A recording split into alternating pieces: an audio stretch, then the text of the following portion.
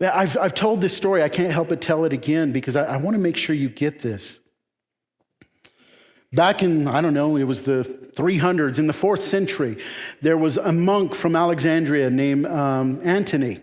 Antony had lived, kind of like a prodigal life there in Alexandria. Big, it's not like a little village, out in the desert like you may imagine. This is a big city.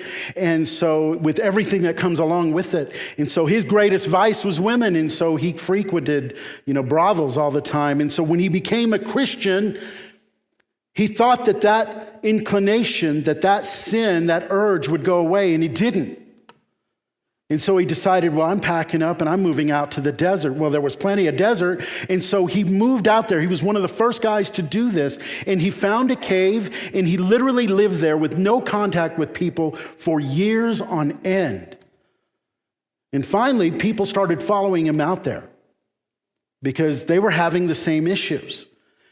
And so eventually, a guy named Athanasius, he went out there and he found him and he interviewed him. And basically he asked him this, Antony, why did you come out here to get away from women? Really great. How's that going? Has that curbed, forgive me, your sexual appetite? And here's what Antony told him. No, naked women show up all the time in the night as apparitions, and I still have those same sexual urges in me, in fact, maybe even worse. And I haven't seen a woman in like 20 years.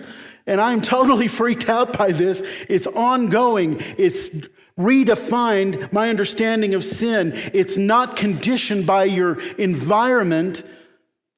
It's a state of your heart. It's what you love. It's what you find joy in. And so when you have this sin over here and God says, hey, my commands are right, and you'll find joy in them. What he's promising, what he's telling us is, look, the sin in your life isn't a matter of your environment. It's a matter of your heart, and your heart is going to naturally gravitate towards that which you enjoy. And so you enjoy sin, so this is where you're at. He's promising, I've got something far greater right over here. Wait for it. Trust me. Obey me.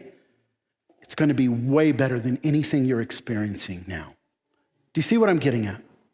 That's what he's promising here. God, this is a huge thing. So now it's not a matter of gaining this clarity of who God is and this passion for God just by our own strength. There's an incentive. God has given us this incentive. There's joy over here. Just trust me. Just obey me. Wait for it. It's coming.